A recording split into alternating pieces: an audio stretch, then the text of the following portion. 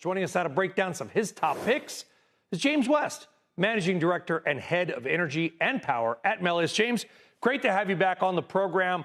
Let's start with sort of the more traditional. You got holds on pretty much all the big cap oil and gas except BP. What is it about BP that's so interesting? Well, BP, on the first hand, it's a cheap stock because of some of the mistakes they've had in the recent past in execution.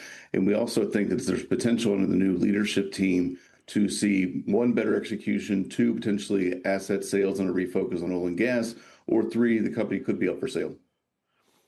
Yeah, well, there were reports about Shell and BP possibly tying up. I kind of threw some cold water on those, and later on, others were like, maybe not. But you don't think the BP being sold or sold off story is over?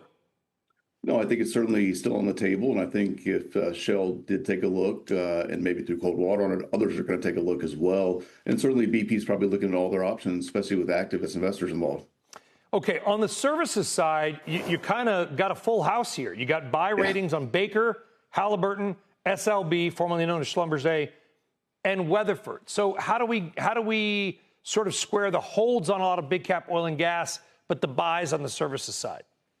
Well, I think we've underinvested significantly in oil and gas exploration and production over the last really 5 years, and we're at really low levels right now. Reserve replacement ratios are low, and we're going to need to see increased drilling activity probably picking up in the international and offshore markets in the second half of next year. And so the big cap service companies, the ones you mentioned, are primed, especially for the offshore and the deep water activity that's coming our way as we replenish our coffers, as we come to the conclusion that OPEC can't produce at quotas and all their production's online and North American shale is in decline. Now let's go on more the renewable side, something you and I have talked about a lot, and you're one of the top, if not the top on the street, about really diving in to these names. And they, we like to lump them together, but they all do different things. Let's start with NextEra, biggest renewable generator in the United States, but also has a huge natural gas power presentation, as their CEO has talked about many times. NextEra kind of got crushed. Some people questioned its corporate structure, kind of almost two stocks. You have a buy rating on NEE. Yes, I think the regulated business is a great business. It grows, it's healthy, it's decent return, a business. They put a lot of capital into it, and it's basically green. We think their IPP business is also very attractive. We think the IPPs in general are extremely attractive because power markets are only going up and to the right because of demand from data centers. What is, I'm sorry, I shouldn't know. Shame.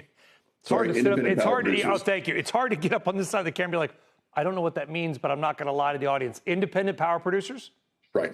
So that'd be like also like a Talon, TLN, which you have a buy on? We have a buy on Talon. We have a buy on Constellation as well.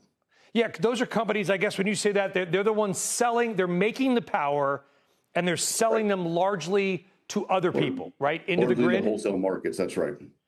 So where are some of the better opportunities? Is everybody going to win because the Googles of the world are just going to pay whatever it takes to get that power? Quite frankly, we think everybody's going to win here, although I think Constellation's probably the best position because there's going to be a premium for nuclear, and they have the largest nuclear fleet in the United States. Yeah, they do. And I guess we call it the Crane Energy Center. It used to be called 3 Mile Island, and then it was TMI, which has its own meaning, I suppose. So let's stick with Crane Energy Center. It's got to get all these approvals from FERC and everything else. Do you anticipate that? I mean, in your coverage, is that coming online, or is that just going to be kind of a cherry on top? Because they're going to get paid a lot of money for that power if it comes back online.